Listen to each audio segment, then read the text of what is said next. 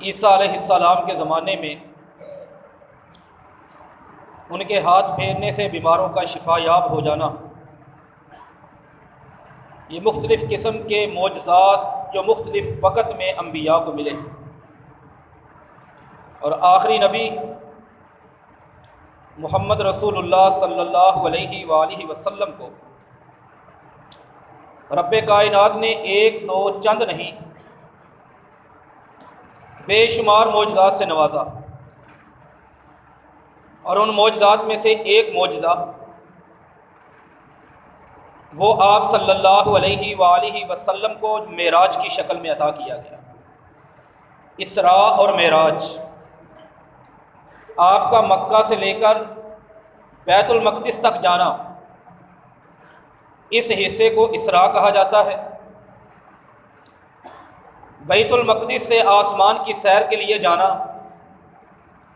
اس حصے کو معراج سے تعبیر کیا جاتا ہے۔ اس معجزے کی عظمت کا اندازہ لگائیں۔ سلسلہ صحیحہ میں ناصر الدین البانی رحمہ اللہ تعالی کی صحیح احادیث پر مشتمل ایک کتاب ہے، السلسلۃ الصحیحہ، 3061 نمبر حدیث ہے۔ اس میں اللہ کے نبی محمد صلی اللہ علیہ وآلہ وسلم فرماتے ہیں، لما کان لیلۃ اسری بی، وہ رات جس رات مجھے اسراء کروایا گیا، معجزہ معراج آپ کو عطا ہوا، اس رات کی بات ہے کہ اس سے اگلی صبح فاصبحت، جب میں نے صبح کی، قعدت فی الحجر، میں حتیم میں بیٹھا تھا، کعبۃ اللہ کے حتیم میں، فمر بی عدو اللہ ابو جہل، اللہ کا دشمن ابو جہل میرے قریب سے گزرا، لما رآنی جالسا، جب اس نے مجھے بیٹھے ہوئے دیکھا، میرے قریب آیا اور آ کے میرے پاس ہی بیٹھ گیا، کہنے لگا حل احدث شیء بک، آپ صلی اللہ علیہ وآلہ وسلم فرماتے ہیں کہ میں جب بیٹھا ہوا تھا، میں حزیناً، بڑا غمزدہ بیٹھا تھا، پریشانی کے عالم میں بیٹھا تھا۔ میری پریشانی اور میرے غم کی وجہ یہ تھی کہ جب میں لوگوں کو بیان کروں گا کہ مجھے اسریہ باللیل آتا، رات کو معراج کروائی گئی، اسراء کروایا گیا ہے، میں آسمانوں کا سفر کر کے آیا ہوں،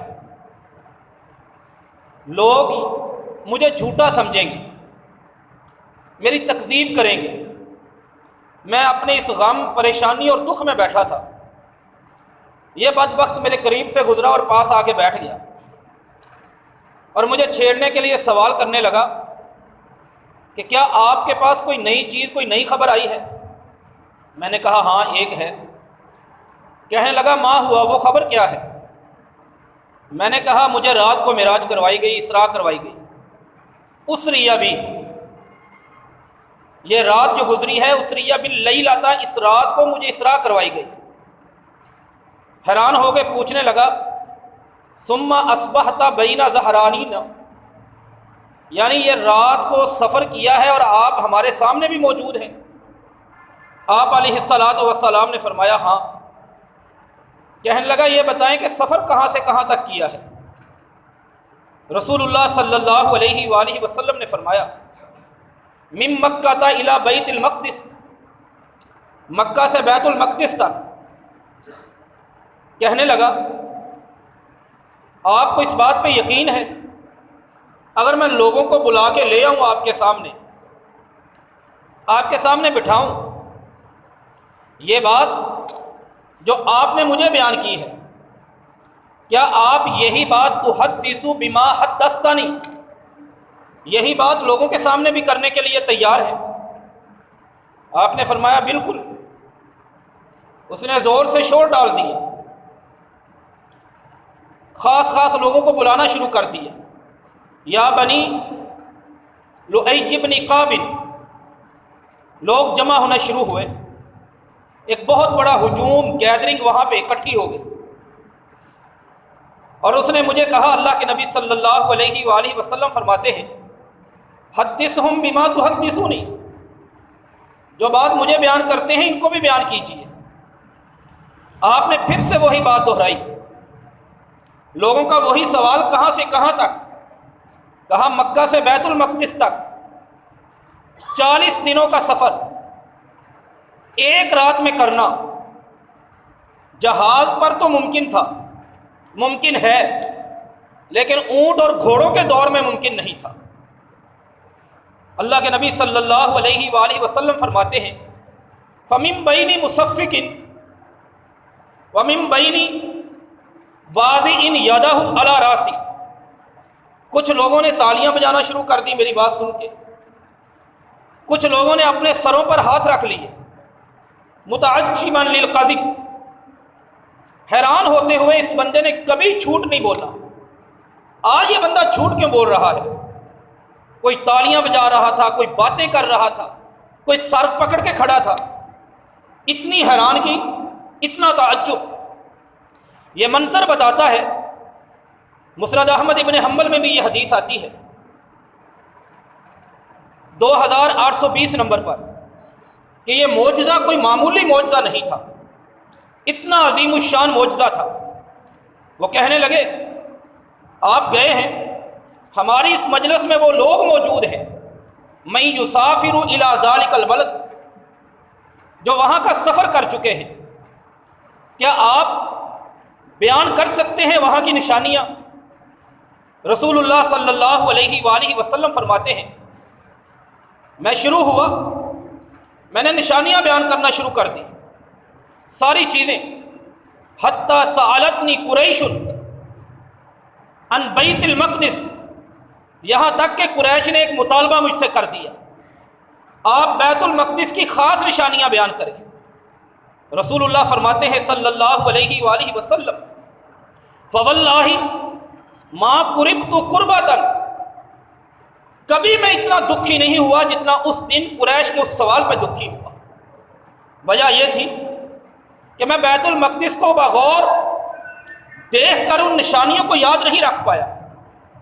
ہو جاتا ہے ایک انسان روزانہ ایک اڈے سے دوسرے اڈے پہ جاتا ہے، ایک اسٹیشن سے دوسرے اسٹیشن پہ جاتا ہے، یا ایک گاڑی میں بیٹھ کر روزانہ دوسری گاڑی پہ دوسری جگہ تک جاتا ہے۔ اس کا یہ مطلب نہیں کہ اسے گاڑی کی ایک ایک چیز یاد ہو چکی ہے، اسے اس اسٹیشن کا رنگ، کمرہ، پنکھے یاد ہو چکے ہیں۔ انسان نہیں توجہ دیتا۔ آپ روزانہ ایک مسجد میں 5 دفعہ نماز پڑھنے جاتے ہیں، 40 سال نماز پڑھتے ہیں، 40 سال کے بعد آپ سے پوچھا جائے اس مسجد میں پنکھے کتنے ہیں، ٹوٹیاں کتنی ہیں، یہ سوال ہی سرے سے بے بنیاد ہے، لیکن ان کا سوال ایسا ہی تھا۔ اللہ کے نبی صلی اللہ علیہ وآلہ وسلم فرماتے ہیں اللہ تعالیٰ نے اس سوال کے جواب میں بیت المقدس کو فرفعہ اللہ، اس کو اٹھایا اور میرے سامنے کر دیا۔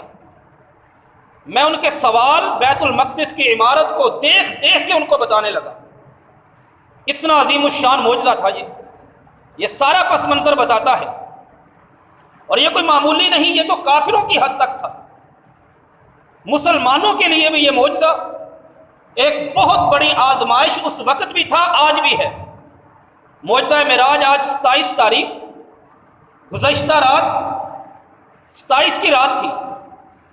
ان گنت ہمارے ہاں مساجد میں لائٹنگ، زیب و زینت، آرائش زیبائش، سجاوٹ بناوٹ، چمک دمک، جلسے، کانفرنسیں، تقریریں، ختم، مٹھائیاں، دیکھیں، یہ سارا منظر معجزہ معراج، اس کو منانے پہ رات کو عبادتیں، باقاعدہ کتابیں موجود ہیں۔ اس رات میں نمازیں کون سی پڑھنی ہے، کتنی رکعت پڑھنی ہے، ہر رکعت میں فاتحہ پڑھو، 41 مرتبہ سورۃ اخلاص پڑھو، 2 رکعت کر کے 6 رکعت پڑھو، 4 رکعت کر کے 8 رکعت پڑھو، یہ باقاعدہ کتابوں میں آج چھپی ہوئی کتابوں میں یہ موجود ہے، اور یہ گزشتہ رات مخصوص مسلک مخصوص فرقہ ان کی مساجد میں یہ سب کچھ ہوتا بھی ہے اور ہوا بھی ہے۔ آج بھی یہ معجزہ آج کے مسلمان کے لیے بھی آزمائش ہے۔ اس وقت بھی اللہ کے نبی محمد صلی اللہ علیہ وآلہ وسلم فرماتے ہیں مومنوں کے لیے آزمائش، فرمایا اس صبح کی بات ہے جس رات مجھے معراج ہوئی، اس صبح کی بات۔ ایک اور صحابی سے بھی حدیث آتی ہے، سلسلہ صحیحہ سے 302 نمبر،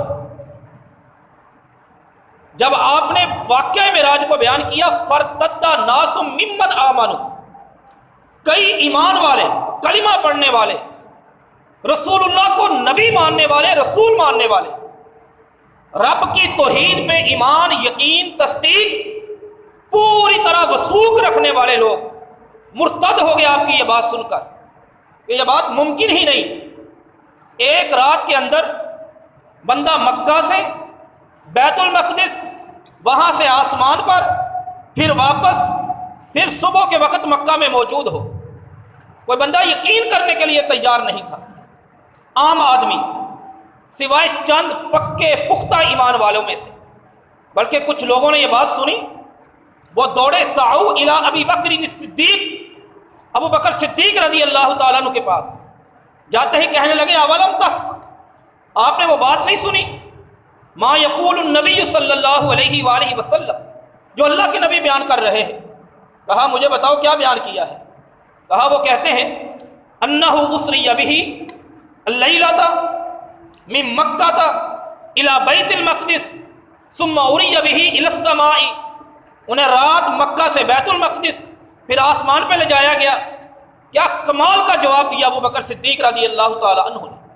کہا ایک بات سنو، لئن کان قال ذالک لقد صدق، شرط کے ساتھ یہ بات کی، یہ نہیں کہ جس نے کہہ دیا میسج آ گیا یہ اللہ کے نبی کا فرمان ہے، جو رمضان کی سب سے پہلے خبر دے گا اس پر جنت واجب ہوگی، ہم 300 بندے کو آگے فارورڈ کر دیتے ہیں، یا میسج آ گیا یہ معراج کی رات ہے، جو 4 رکعت پڑھے گا وہ جہنم کی آگ سے آزاد ہو جائے گا، فوراً 250 بندوں کو فارورڈ کر دیا۔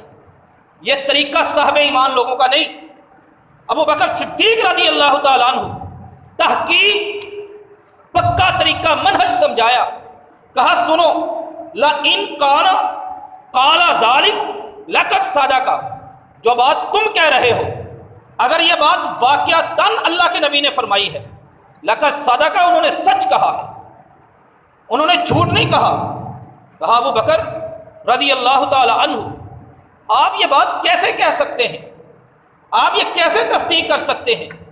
کہا یہ تو بڑی چھوٹی سی بات ہے، میں ابو بکر ان کی ایسی باتوں میں اصدقہ فیما ابعد منہ، ایسی باتوں کی میں تصدیق کرتا ہوں جو اس سے بہت بڑی باتیں ہیں، میں تو آسمان سے آنے والی خبروں کی تصدیق کر رہا ہوں، یہ بات بڑی معمولی ہے۔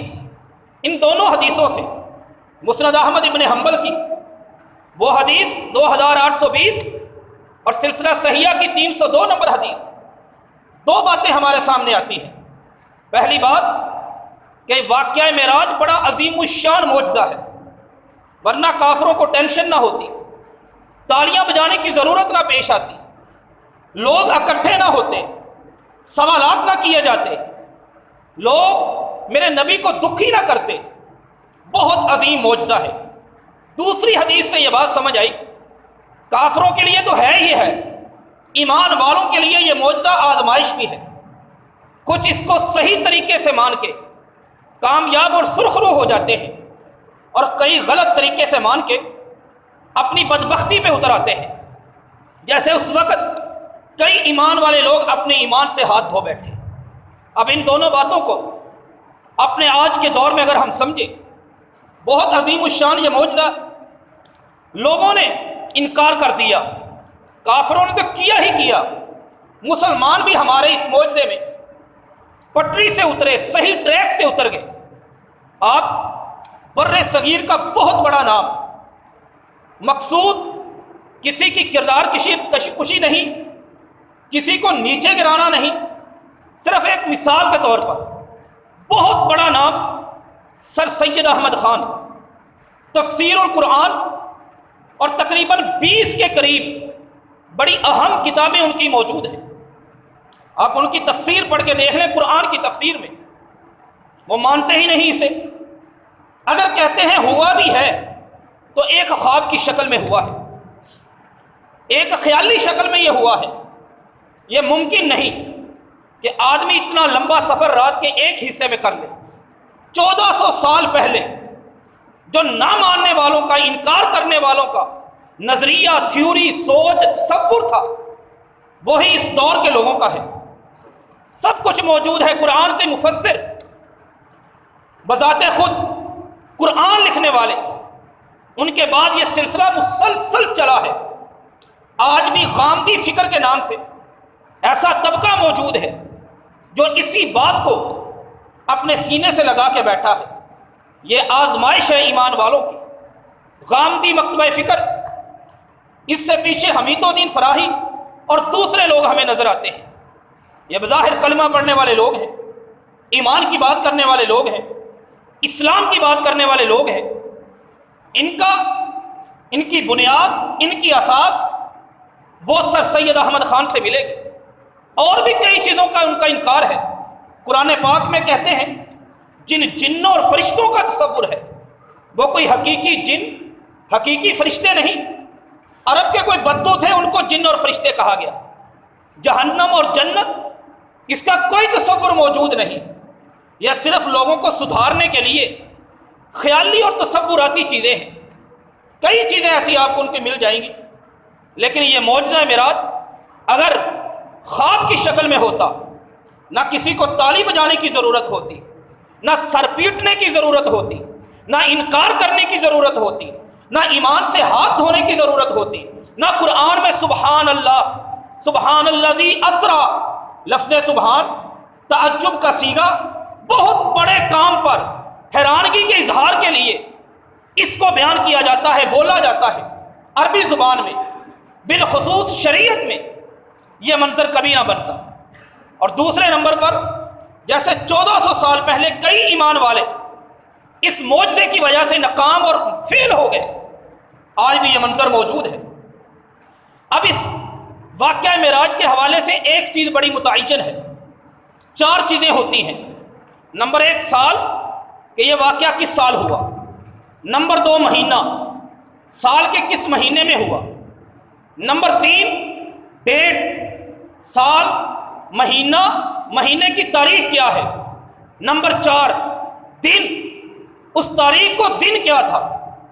واقعہ معراج ایک ایسا معجزہ ہے، اس کی قرآن پاک فرقان حمید میں بھی دلیلیں موجود ہیں، احادیث نبویہ میں بھی موجود ہے۔ 20 صحابی ہیں، انس بن مالک، مالک بن ساسا، اماں جی عائشہ صدیقہ، ابی بن کعب اور بے شمار 20 صحابہ جو اس حدیث کو بیان کرتے ہیں۔ آگے تابعین کا ایک طبقہ، انکار کرنا ممکن ہی نہیں، لیکن اس کے باوجود اس کی 4 چیزیں آج تک متعین نہیں ہو سکی۔ سال کون سا تھا؟ اگر آپ واقعہ معراج کا سال تلاش کرنا شروع کر دیں تو سال نہیں طے ہو پاتا۔ امام ابن القیم رحمہ اللہ تعالی، ان کی کتاب زاد المعاد ہے، جلد نمبر 2 صفحہ نمبر 106 پر انہوں نے بڑی محنت، بڑی کوشش کی سال متعین کرنے کی۔ ایک انہوں نے لکھا، ایک موقف کے مطابق معراج کا سال نبی صلی اللہ علیہ وآلہ وسلم کی نبوت، اس میں سے پہلا سال بنتا ہے، یعنی 40 سال کی عمر میں آپ کو نبوت ملی، معراج بھی ہو گیا۔ یہ موقف رئیس المفسرین، قرآن کی تفسیر لکھنے والوں کے سردار امام ابن جریر طبری رحمہ اللہ تعالیٰ نے اپنی تفسیر میں اس کو اختیار کیا ہے۔ آدمی اس کا رد کرنے سے، انکار کرنے سے پہلے ہل جاتا ہے۔ اتنے بڑے مفسر، اتنے بڑے عالم، اتنے عظیم الشان کتاب تفسیر، اس کے مؤلف، میں اس کا انکار کر دوں؟ لیکن انہوں نے اس کو پہلا سال بیان کیا، نبوت کا پہلا سال۔ آگے آ جائیں، امام نووی رحمہ اللہ تعالی قرآن کے احکام پر چوٹی کی تفسیر الجامع لاحکام القرآن، امام قرطبی رحمہ اللہ تعالی وہ کہتے ہیں 5ویں سال ہوا، یہ سال کا دوسرا موقف نبوت کے 5ویں سال، تیسرے موقف پہ آ جائیں، یہ نبوت کے 12ویں سال ہوا، آپ کی ہجرت سے 16 مہینے قبل چوتھا موقف 13ویں سال ہوا، لیکن نبوت سے 14 مہینے پہلے آخری موقف کہ یہ نبی صلی اللہ علیہ وآلہ وسلم کو ہجرت سے چند مہینے پہلے معراج کروایا گیا۔ سال نہیں متعین ہو سکا کہ سال کون سا ہے، مہینے میں آ جائے، پیچھے جتنی بھی تحقیق کی، ایک موقف کے مطابق رجب کے مہینے میں ہوا، دوسرے موقف کے مطابق معراج رمضان کے مہینے میں، تیسرے کے مطابق محرم کے مہینے میں، چوتھے کے مطابق ربیع الاول کے مہینے میں، مہینہ بھی ایک طے نہیں ہو سکا۔ تیسری چیز پہ آ جائیں، تاریخ بھی ایک طے نہیں ہو چکی۔ اگر رجب کی کسی نے کہا، کسی نے 22، کسی نے 25، کسی نے 27، ربیع الاول کسی نے 9، کسی نے 12، کسی نے 23، رمضان المبارک کی تاریخیں بھی مختلف، دن بھی متعین نہیں ہو سکا، کئیوں نے جمعرات، کئیوں نے پیر، 4 چیزیں ہوتی ہیں، چاروں چیزوں میں سے ایک چیز میں بھی اتفاق نہیں۔ اتفاق کیوں نہیں؟ اس لیے کہ معراج منایا نہیں گیا۔ اگر منایا گیا ہوتا، سب کو پتا ہوتا کہ فلاں سال ہوا ہے، کیونکہ سب نے منانا تھا۔ اگر معراج کو آج کی طرح منایا جاتا، سب کو پتا ہوتا فلاں مہینے میں ہوا ہے۔ اگر معراج آج کی طرح منایا گیا ہوتا، صحابہ نے منایا ہوتا، ائمہ نے منایا ہوتا، مجتہدین نے منایا ہوتا، تابعین نے منایا ہوتا، تبع تابعین نے منایا ہوتا، سب کو پتا ہوتا فلاں تاریخ کو، فلاں دن کو منانا ہے۔ یہ ثبوت کیوں نہیں؟ اتفاق کیوں نہیں؟ نہ سال پہ، نہ مہینے پہ، نہ دن پہ، نہ تاریخ پہ اتفاق کیوں نہیں؟ کیونکہ منانے کا تصور موجود نہیں۔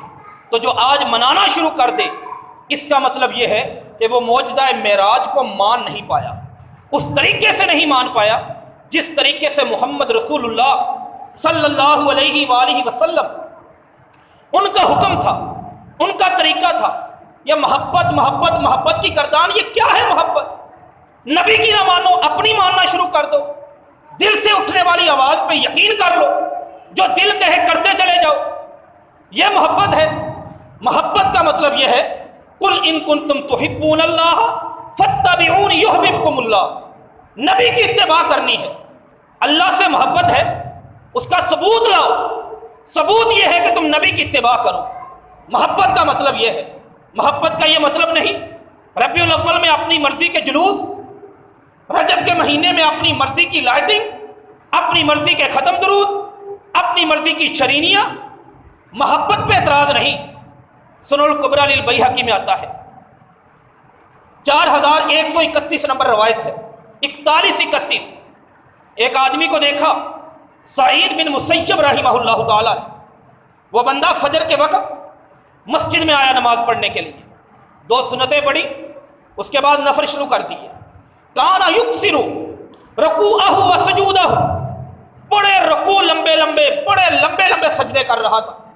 سعید بن مسیب رحمہ اللہ تعالیٰ، سید التابعین نے پکڑ لیا جا کے، کہا یہ کیوں پڑھ رہے ہو؟ 2 سنتیں پڑھ لی، وہ تو پڑھ لی ہیں، یہ کیوں پڑھ رہے ہو؟ کہا بھی جماعت میں ٹائم ہے، وقت موجود ہے، اللہ کا گھر ہے، نفل نماز پڑھ رہا ہوں۔ کہا یہ نفل نماز غلط ہے۔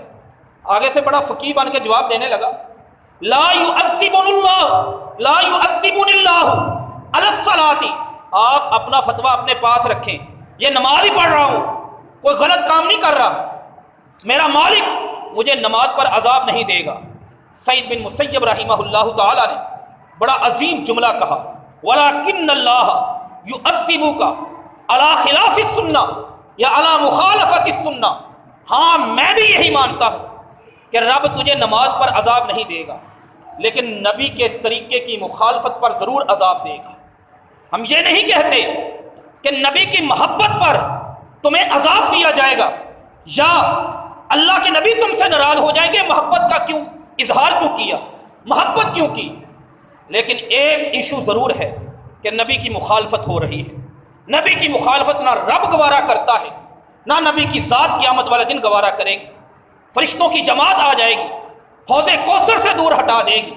محبت کریں لیکن مخالفت کے ساتھ نہیں، موافقت کے ساتھ، مواظبت کے ساتھ، مرافقت کے ساتھ، اتباع کے ساتھ، اطاعت کے ساتھ، تابع فرمانی کے ساتھ، سنت کے ساتھ، حدیث کے ساتھ، ان کے جوڑ کے ساتھ، توڑ کے نہیں، مخالفت کے ساتھ نہیں۔ ایسی محبت تو ابو طالب کے پاس بھی موجود تھی۔ اس نے کیا جملہ کہا اپنے ایک قصیدہ میں، فواللہ لن یصلوا الیک بجمعہم حتی وسد فی التراب دفینا۔ اور مکہ کے مشرکوں اور قریش کے لوگوں، یاد رکھنا تم میرے بھتیجے محمد کو ٹچ نہیں کر سکتے، اس کو ہاتھ نہیں لگا سکتے صلی اللہ علیہ وآلہ وسلم کو، حتی وسد فی التراب دفینا، مجھے مٹی میں دفن کر دو مار کے، پھر جا کے ان کو چھو کے دکھانا، چھو لینا، لیکن جب تک میں زندہ ہوں تم ان کو ہاتھ نہیں لگا سکتے۔ ایسی شدید محبت تھی، لیکن وہ محبت نبی کے دین کی وجہ سے نہیں تھی، نبی سے رشتہ داری کی وجہ سے تھی، نبی کی ذات کی وجہ سے تھی۔ اور آج ہمارے ہاں ہماری اکثریت کلمہ پڑھنے والوں کی محبت بھی اسی انداز کی ہے۔ ایسے لوگوں کو صحابہ نے بھی برداشت نہیں کیا، تابعین نے بھی برداشت نہیں کیا، خود میرے نبی نے بھی برداشت نہیں کیا۔ جو صرف محبت کی بنیادوں پہ کام کرے اور وہ کام سنت کے مطابق نہ ہو، وہ عذاب کا سبب بنتا ہے، وہ ناراضگی کا سبب بنتا ہے۔ سنن دارمی میں ایک حدیث آتی ہے 150 نمبر، عمر بن خطاب کا زمانہ تھا رضی اللہ تعالی عنہ کا۔ عمر بن عاص مصر کے گورنر تھے۔ ایک وہاں پہ بندہ عجیب سے کام کرنے لگا، ایسے کام کرنے لگا جو کام قرآن و سنت میں موجود نہیں تھے۔ یسأل عن اشیاء فی اجناد المسلمین، مسلمانوں کی جماعتوں میں چلا جاتا، نئی نئی انوکھی انوکھی بدعتی چیزیں جن کا قرآن و سنت میں ثبوت نہیں تھا، ان کے بارے میں جا کر سوال شروع کر دیتا، بحث شروع کر دیتا، لوگوں کی توجہ، لوگوں کے دھیان، لوگوں کے خیال، لوگوں کی طبیعت، لوگوں کی مزاج، لوگوں کا عمل اس طرف راغب کرنے کی کوشش کرتا۔ عمر بن عاص رضی اللہ تعالیٰ عنہ نے اس کو اریسٹ کر لیا، گرفتار کر لیا۔ گرفتار کر کے ارسل الی عمر بن الخطاب رضی اللہ تعالیٰ عنہ فی المدینہ، ایک طبقے میں، ایک گروہ میں گرفتار کر کے، اریسٹ کر کے انہیں مدینہ میں روانہ کر دیا۔ ساتھ انہوں نے کاتب الیہ الکتاب، عمر بن خطاب کے لیے ایک لیٹر لکھ دیا کہ یہ بندہ اس قسم کا بندہ ہے، قرآن و سنت سے جو چیزیں ثابت نہیں ان کو یہ پھیلانے کی کوشش کر رہا ہے۔ عمر بن خطاب رضی اللہ تعالیٰ عنہ کے پاس وہ قافلہ پہنچا، وہ ٹیم پولیس کی پہنچی، اس بندے کو اریسٹ کیا ہوا تھا، جا کے لیٹر دیا گورنر کا، عمر بن خطاب خلیفہ کو، حکمران کو رضی اللہ تعالیٰ عنہ۔ انہوں نے خط کھول کے پڑھا، خط لانے والے کو کہا این ذالک الرجل، یہ بندہ کہاں ہے جس کے بارے میں یہ لیٹر آیا ہے؟ کہا فی الرحل، وہ ہمارے قافلے میں موجود ہے، یہاں پہ قافلہ بیٹھا ہے۔ کہا ابصر ان یکون ذهب ذالک الرجل فتصیبک منی العقوبۃ الموجعہ، جا کے اس بندے کو سنبھال، اگر وہ قیدی فرار ہو گیا، اگر وہ بندہ چلا گیا، فتصیبک منی العقوبۃ الموجعہ، ایسی مار ماروں گا کہ تیرے جسم میں درد پیدا ہو جائے گی، ایسی سزا دوں گا۔ یہ بہت خطرناک قیدی ہے، انتہائی خطرناک قیدی ہے، یہ فرار نہیں ہونا چاہیے، یہ بھاگنا نہیں چاہیے، ابھی چلا جا میرے پاس سے اور جا کے اس قیدی کو سنبھال۔ جرم کیا تھا اس کا؟ اب قیدی کو وہ لے کے آ گیا۔ عمر بن خطاب رضی اللہ تعالی عنہ نے چند گیلی لکڑی کی، گیلے درخت کی شاخیں منگوائیں، سوٹیاں، ڈنڈے منگوائے، اس بندے کو لٹایا اور اس کی پٹائی شروع کر دی۔ اتنا مارا، اتنا مارا، حتیٰ ترک ظہرہ دبرۃ، اس کی پیٹھ کو ایسے زخمی کر دیا جیسے ایک اونٹ جس پر مسلسل سواری کی جائے، لکڑی کا پلان رکھ کے، کجاوا رکھ کے، جیسے اس کی پیٹھ زخمی ہوتی ہے اس طرح اس کی پیٹھ کو زخمی کر دیا۔ ثم ترکہ، پھر اس کو چھوڑ دیا، کہا لے جاؤ جا کے اسے بند کر دو کسی جگہ پہ۔ کچھ دنوں کے بعد دوبارہ کہا اس قیدی کو میرے پاس لے کر آؤ، پھر دوبارہ اسے لایا گیا۔ سنن الکبریٰ للبیہقی یہ واقعہ پوری تفصیل سے اس میں موجود ہے۔ پھر دوبارہ اسے لایا گیا، جب آیا پھر پکڑا، ثم عاد لہو، اسی طرح سے اسے مار ماری، شدید مار ماری۔ دارمی میں پوری تفصیل سے آتا ہے، اس بندے کا نام بھی وہاں پر ذکر ہے، سبیگ یا سبیگ۔ امام دارمی رحمہ اللہ تعالیٰ نے 150 نمبر پر اس روایت کو نقل کیا ہے اپنی سنن دارمی میں۔ اس بندے کا نام سبیگ ذکر کیا ہے، بعض لوگوں نے سبیگ اس کا نام بیان کیا ہے، سبیگ العراقی یا سبیگ العراقی۔ شدید مار ماری پھر اسے، ثم ترکہ، پھر چھوڑ دیا زخمی کر کے، کہا جا کہ اسے بند کر دو۔ کچھ دن گزرے، دوبارہ منگوا لیا، آیا، آ کے عمر بن خطاب کو کہنے لگا ان کنت ترید تقتلنی فقتل، اگر آپ مجھے مارنا چاہتے ہیں، قتل کرنا چاہتے ہیں، مجھے قتل کر دیں، قتلا جمیلا، اچھے طریقے سے۔ اور اگر آپ چاہتے ہیں کہ تداویہ نہیں، آپ میرا علاج کریں، میرا علاج کریں، میری بیماری کو مجھ سے باہر نکالیں، تو پھر میں عرض کرتا ہوں کہ میرا علاج ہو چکا ہے، اب تو میری توبہ، آج کے بعد یہ بدعتی کام میں دنیا میں کروں۔ عمر بن خطاب رضی اللہ تعالیٰ عنہ نے اسے چھوڑ دیا۔ اور اسی قافلے میں آپ یہاں پہ تصور کریں کہ انداز کیا ہے، شان تو ہم بڑی بیان کرتے ہیں عمر بن خطاب کی، زمین پہ سوچیں اللہ قرآن اتار دیتا، کوئی شک نہیں، شیطان گلیاں بدل لیتا ہے، کوئی شک نہیں، لیکن یہ موقف بھی تو مانو نا، فتویٰ بھی ہم تسلیم کریں، یہ رائے بھی ہم تسلیم کریں، یہ منہج بھی ہم تسلیم کریں کہ بدعتی آدمی غلط ہے، اس کا معاملہ غلط ہے، اس کا طریقہ غلط ہے، اس کے دل کی کیفیت کو نہیں دیکھا جائے گا، اس کے عمل کو دیکھا جائے گا کہ قرآن و سنت میں موجود ہے یا نہیں۔ چھوڑ دیا اسے، کہا واپس لے جاؤ، لیکن ساتھ ایک خط بھی لکھ دیا کہ آج کے بعد یہ بندہ فورتھ شیڈول، جیسے آپ کے پاکستان میں لگتا ہے A category, B category, C category, D category, جو لوگ ملک کی سلامیت یا ملک کی سالمیت کے لیے خطرہ ہوتے ہیں، ہمارے تھانے ان پہ فورتھ شیڈول لگا دیتے ہیں، بستہ بے اس کو کہا جاتا ہے، وہ تھانے کی، پولیس کی، ایجنسیز کی نظروں میں اس بندے کو رکھا جاتا ہے۔ یہ ملتا جلتا کس سے ہے، آتا جاتا کہاں پہ ہے، اس پہ پابندی ہوتی ہے، اس نے باہر جانا ہے اپنے علاقے سے، چوکی میں رپورٹ کر کے جائے گا، واپس آئے گا رپورٹ کرے گا، فورتھ شیڈول میں اسے داخل کر دیا۔ عمر بن خطاب رضی اللہ تعالی عنہ نے 3 باتیں سمجھنے والی ہیں، جب آیا تھا کہا تھا یہ بڑا ڈینجرس قیدی ہے، بڑا ہی خطرناک مجرم ہے، اگر فرار ہو گیا میں چھوڑوں گا نہیں۔ نمبر 2، جب اس کو سزا دی بڑی خوفناک سزا دی۔ نمبر 3، سزا کے بعد اسے فورتھ شیڈول میں داخل کر دیا۔ جرم کیا ہے؟ ایک ایسا کام کر رہا تھا جو قرآن و سنت میں موجود نہیں۔ تو آج ہم معراج کا معجزہ ثابت ہے، پیغمبر کا مکہ سے فلسطین جانا، شام جانا، عراق، یہ سارے علاقوں میں بیت المقدس پہنچ جانا ان علاقوں سے گزرتے ہوئے، یہ بھی ثابت ہے۔ پھر یہاں سے آسمان پہ جانا، جنت جہنم کے مناظر دیکھنا، وہاں سے وہ گفٹ لے کر آنا جو آج اس امت میں موجود ہیں، یہ سب ثابت ہیں۔ لیکن ایک ایسا کام اس رات کو منانے کے لیے مسجد نبوی کو صحابہ نے نہ سجایا ہو، تابعین نے نہ سجایا ہو، ائمہ نے نہ سجایا ہو، ہم اس واقعہ معراج کو منانا شروع کر دیں، یہ واقعہ معراج کی قدر نہیں ہے جیسے قدر کرنے کا حق تھا۔ یہ بنیادی چیز ہے واقعہ معراج کو منانے کے حوالے سے، اصل روح واقعہ معراج کی یہ نہیں، نعوذ باللہ من ذالک، نقل کفر نہ باشد۔ میں اپنے رب سے توبہ کرتا ہوں اس کفریہ جملے کی ادائیگی۔ آج یہ معجزہ، ایک مقدس معجزہ، ایک عظیم معجزہ، نبی کی نبوت کی شان، نبی کی رسالت کی شان جس سے نکلتی تھی، اسے محض ایک محبت اور ایک عشق کی سٹوری میں ڈھال دیا گیا کہ اللہ بڑی محبت کرتے تھے اپنے نبی سے، وہ اللہ اپنے محبوب کو دیکھنا چاہتے تھے، وہ ملاقات کرنا چاہتے تھے، اس کے لیے انہوں نے یہ سب کچھ قرآن میں، نہ حدیث میں، نہ ائمہ میں، نہ مجتہدین میں، نہ کسی سلف میں سے صحیح عقیدہ، صحیح نظریہ، صحیح منہج میں یہ بات ملے گی۔ صرف ملے گی تو ان بہکے ہوئے، راستے سے ہٹے ہوئے، جہالت میں گرے ہوئے، ضلالت میں ڈوبے ہوئے مولویوں کی تقریروں میں یہ بات ملے گی۔ اللہ کہتے ہیں سبحان الذی اسریٰ بعبدہ، عبد ہیں، غلام ہیں، بندے ہیں، ان کو لے گیا رات ہی رات میں وہ پروردگار کائنات، کس کے لیے؟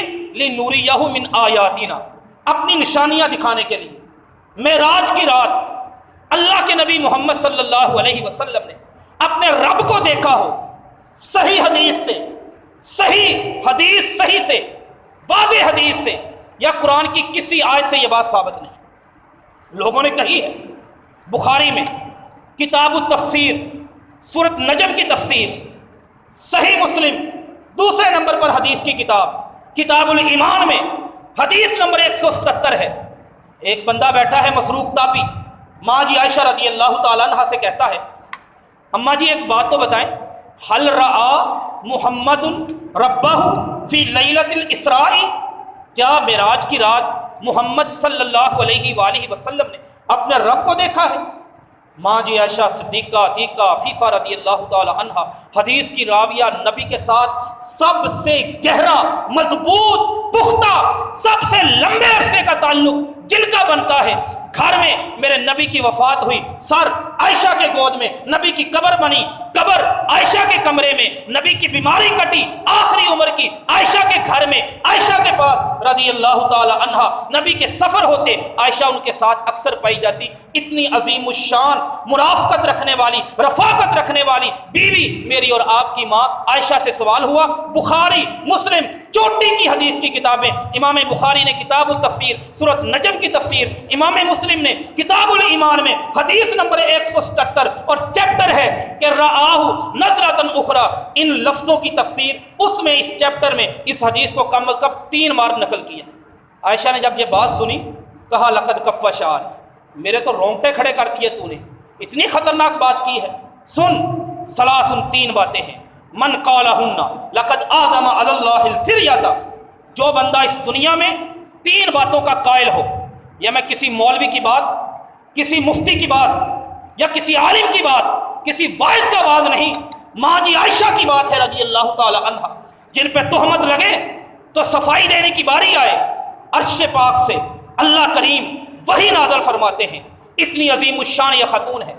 کہا 3 باتوں کا جو بندہ قائل ہے اس دنیا میں، 3 باتیں جس بندے کا عقیدہ ہے، وہ بندہ سمجھ لے کہ اس نے اللہ تعالیٰ پر جھوٹ نہیں بہت بڑا بہتان باندھا ہے۔ مسروق کہتے ہیں میں نے کہا ذرا رک جائیں، مجھے سیدھا ہونے کے لیے بیٹھ دیں، بتائیں وہ باتیں کون سی ہیں؟ کہنے لگی وہ 3 باتوں میں سے پہلی بات، من تکلم بواحدۃ منہن، جو بھی ایک بات کا قائل ہو، پہلی بات یہ ہے جو کہے کہ ہمارے نبی یعلم ما فی غد، غیب کا علم جانتے تھے، اس نے اللہ تعالیٰ پر بہت بڑا بہتان باندھا ہے۔ پھر قرآن پاک کی ایک آیت پڑھی۔ دوسری بات جو کہے کہ انہ یکتم شیئا، انہوں نے کوئی چیز چھپا لی، جیسے ہمارے کچھ صوفی کہتے ہیں 90,000 علم آیا تھا، 30 دے گئے، 30 خاص لوگوں کو دے گئے، 30 ساتھ لے کے چلے گئے۔ جو بندہ کہے اللہ کے نبی صلی اللہ علیہ وسلم نے رب کے دیے ہوئے دین میں سے کوئی چیز چھپائی ہے، اس نے بھی رب پر بہت بڑا بہتان باندھا ہے۔ تیسری بات جو کہے معراج کی رات محمد رسول اللہ نے صلی اللہ علیہ وسلم نے اپنی ان دنیاوی آنکھوں سے پروردگار کائنات کو دیکھا ہے، لقد اعظم علی اللہ الفریۃ، اس نے بھی رب کی ذات پر بہت بڑا بہتان باندھا ہے۔ مسروق تابی ہل کے رہ گئے، کہا انذرینی ولا تعجلین، ماں جی ذرا رک جائیں، ذرا مجھے ٹائم دیں، ذرا تسلی سے، کیا قرآن میں آیت نہیں آتی وَلَقَدْ رَآهُ بِالْأُفُقِ الْمُبِينِ، لقد رآہ، یہ 2 آیتیں پڑھی، ایک سورۃ نجم کی پڑھ دی۔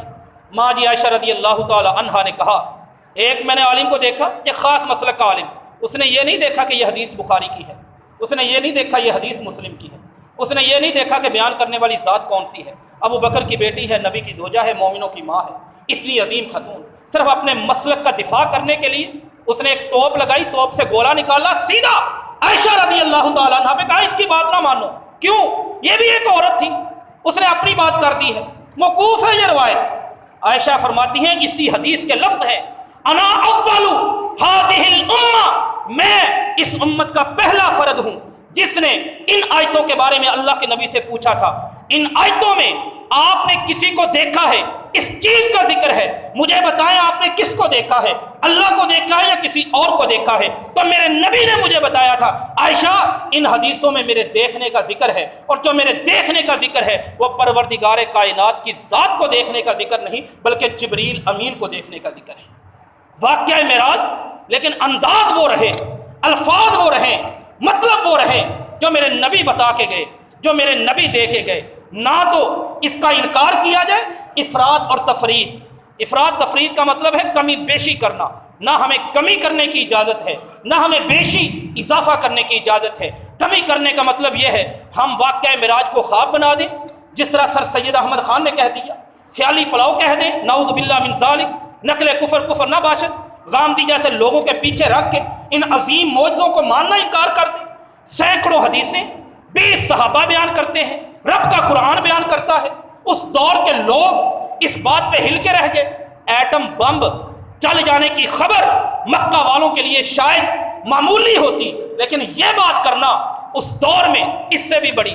اور تم سے ان لوگوں کے لیے میں یہ فکرہ کہنے لگا ہوں، وہ لوگ جو مسلمان ہو کے کلمہ پڑھ کے واقعہ معراج پہ انگلیاں اٹھاتے ہیں، ان سے اچھا وہ کافر آئنسٹائن، وہ بھی اس بات میں ایک تھیوری دے گیا ہے ٹائم اور سپیس کے حوالے سے کہ یہ بات ممکن ہے اگر روشنی کی رفتار سے کوئی انسان سفر کر لے، اس کے لیے دنیا کا ٹائم تھم جائے گا، رک جائے گا۔ آئنسٹائن کی تھیوری، اس کے نظریات میں یہ چیز موجود ہے۔ اور یہ پچھلا ملحد جو 14 مارچ کو مرا، اسٹیفن ہاکنگ، اس کی ساری زندگی کی تھیوری پچھلی صدی کا سب سے ذہین سائنسداں سے مانا گیا، سائنسدان مانا گیا۔ اس نے کتاب لکھی، 3 کروڑ کاپیاں اس کی۔ اس نے بھی یہ نظریہ لوگوں کے سامنے ایک آپشن کے طور پر رکھا۔ یہ تو ہم یہ نہیں کہتے دین تب ثابت ہوتا ہے جب سائنس کوئی بات کہے، ہم یہ کہتے ہیں 1400 سال پہلے رب نے یہ عظمت ہمیں دکھا دی تھی۔ آج لوگ اگر کہتے ہیں ہمیں خوشی تو ہوتی ہے، لیکن ہم اپنے دین کو ان سائنسی مفروضوں کا محتاج نہیں سمجھتے، اس لیے کہ سائنسی مفروضے بدل بھی جاتے ہیں، سائنسی تحقیق بدل بھی جاتی ہے، لیکن رب کا دین بدلتا نہیں۔ اللہ سے دعا ہے اللہ تعالی ہمیں واقعہ معراج کو سمجھنے، حقیقی معنی کے ساتھ سمجھنے کی توفیق عطا فرمائے۔ وما علینا الا البلاغ المبین۔